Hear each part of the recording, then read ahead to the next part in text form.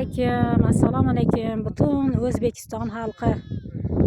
Aziz vatandoshlar, aziz kuzatuvchilar. Biz bugun boshqa bir murojaatlarimizdan farqli o'laroq mana cho'l massiviga kelib murojaat o'rganishga keldik. Mana ko'ryapsizlarmi, bu yaylovlar, adirlar, cho'l biyobonlar, vodiylarni yayov kezganda bir ajib his bor edi menda. Chapar urib gullagan bog'im, o'par edim vatan tuprog'in. Mayli bu yog'i sherxonlik bo'lib ketmasin.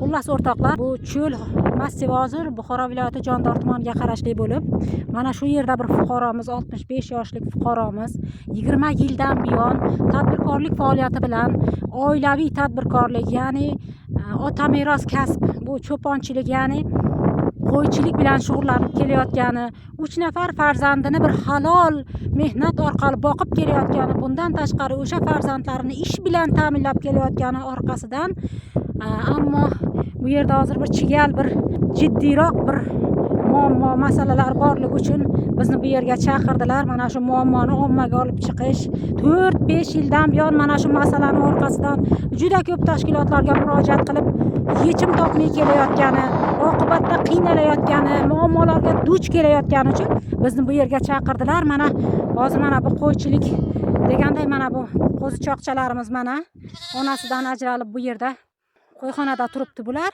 Onalari yaylovga ketgan. Mana bu bechoralar ochlikdan barashib yotibdi. Mana shu, mana bu yoqda ham bor ekan.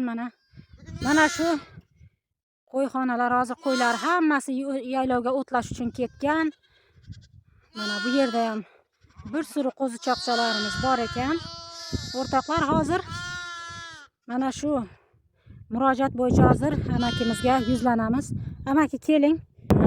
Avvalo o'zingizni bir tanishtiring amaki. Nechanchi yilda, qayerda tug'ildingiz? Assalomu alaykum, hurmatli O'zbekiston xalqi, hurmatli prezident bobomiz. Men Buxoro oblis Jondor tumani Navoiy kolxozida istiqomat qilaman. 1964-yilman. Xo'p amaki, mana shu yerga hozir mana shu cho'l, yaylov, adirliklarga bizni nima maqsadda chaqirdingiz?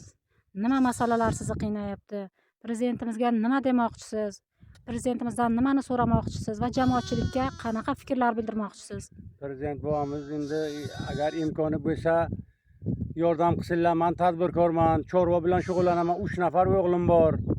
Meni ko'p yillardan beri, 20 yildan beri shu yerda chorvachilik, tadbirkorlik bilan shug'ullanaman. 3 o'g'lim ishsiz. Ana shu chorva bilan shug'ullanamiz. Meni bir inson 5 yil, 6 yildan beri ko'p azoblab beryapti, sudga beryapti. Milisabozlik, sudbozlik. Ana shu ishlarni bir bartaraf qilsalar deyman. Men tadbirkorman. 3 nafar farzandim bor, o'zim pensioner.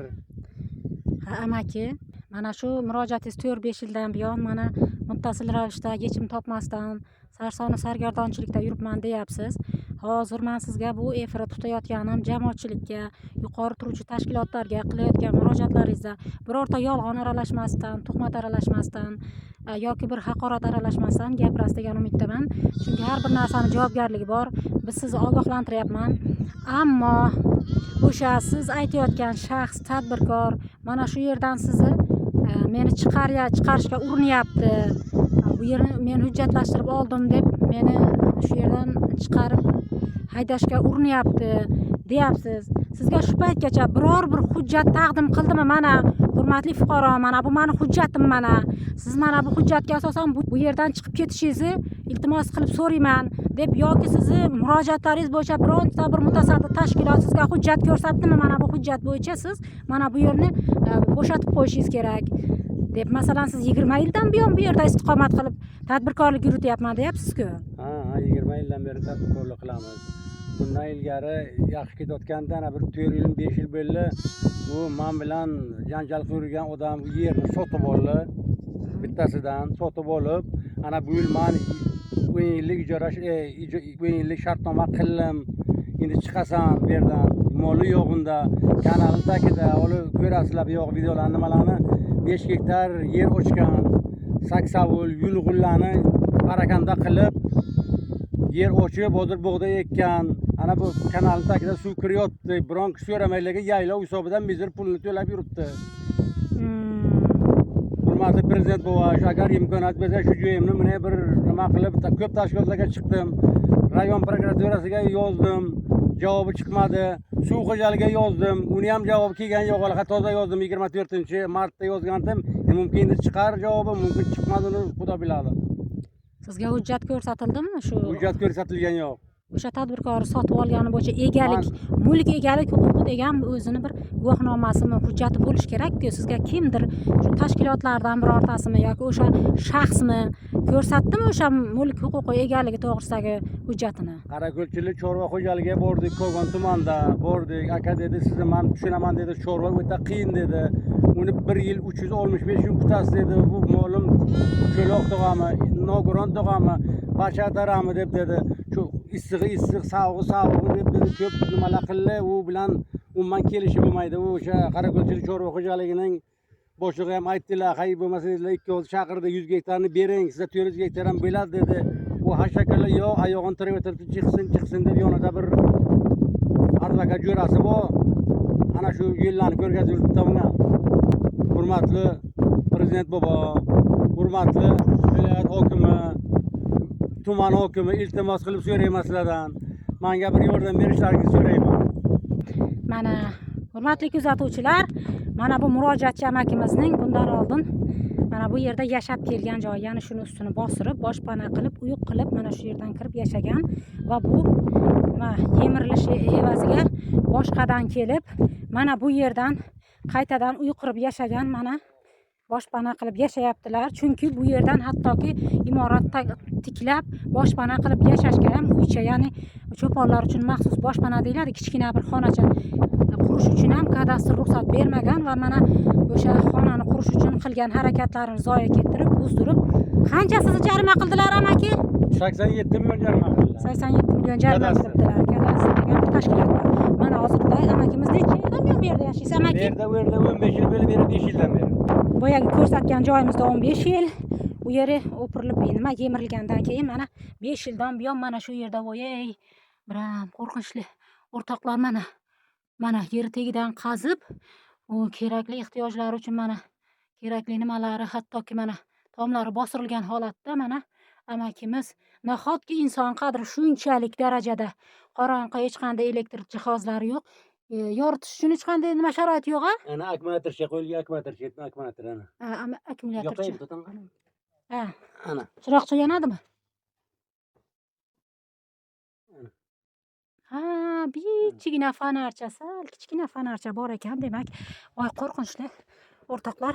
Mana hurmatli prezidentimiz, mana ahvol, mana bu Jondor tuman prokuraturasiga mana shu fuqaromiz amakimizni qilgan murojaati 2-fevral dedimi amaki? 27 fevralda qilingan murojaati mana 1 oydan oshibdiki, javob oldingizmi? Natija bo'ldimi? Hech qanday ijobiy natija ham yo'q, hech qanday javob xati ham yo'q. Bu prokuratura tizimlari nima ish bilan band bilmadim, lekin tadbirkorlarning huquqini kim himoya qiladi? Fuqaroning huquqini kim himoya qiladi degan savollar o'rtada. Hurmatli mutasaddilar, sal uyg'onishlaringizni men tavsiya qilaman. Sababi yaqinda prezidentimiz fuqarolarning murojaatlari bilan ishlash, ularning murojaatlariga juda qattiq yondashib, qattiq e'tibor qaratish bo'yicha chuqur islohotlar olib borishlari bo'yicha selektor yig'ishlari o'tkazdilar va mutasaddilarga qattiq topshiriqlar bergan edilar. Qani buni natijasi? Qani o'rtoqlar, mana shuni bilan amaki yana bormi gaplaringiz? Keling, mana oxirlarini ko'ring. Yaxshi. Shu yerda o't yo'q. Mana bu yerga yem bilan bir bola qilib tirikchilik qilib yotibman. Shu yerda o't yo'q, ana ko'rgan bo'lsangiz videoda. Bu arpa, bug'doy, kepak, shirot, mana. Uni ham mo'rchalar tashib ketyapti mana. Qilyapman. Bila Mana chorva. bu yerdan oxirlarim bor, qo'yasiz, nasoz bor. Necha bosh edi qo'yzilar? Shuni ham aytib. 300 ta.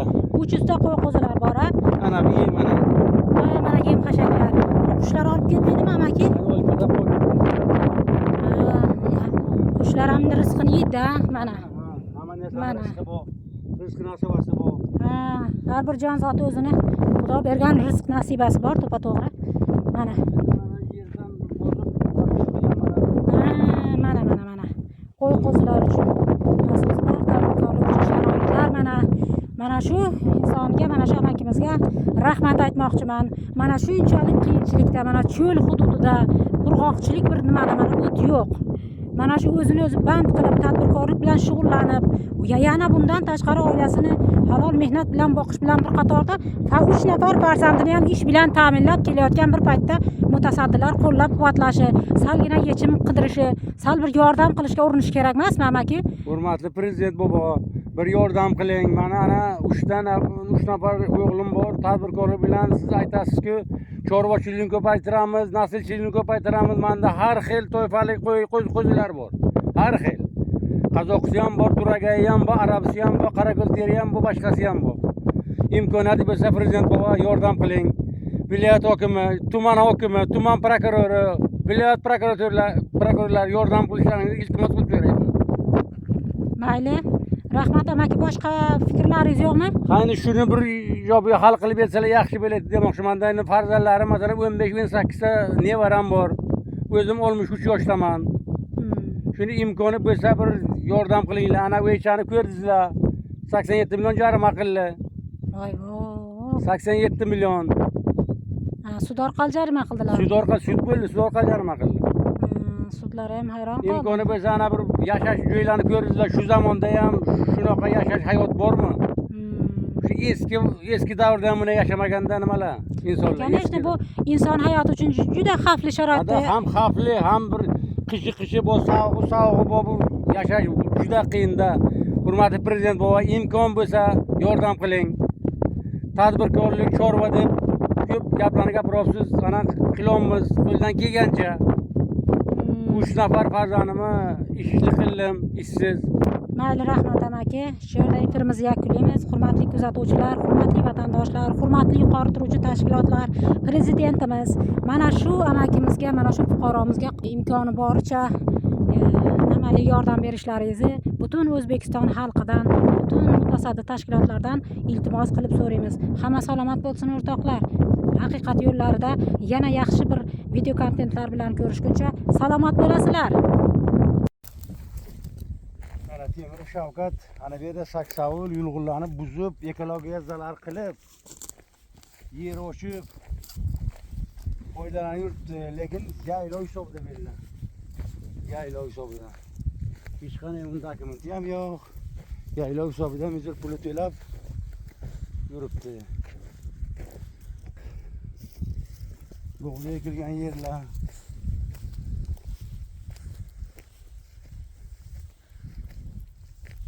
Shaxsiy qilib olgan buni. Lekin pulini to'lamaydi.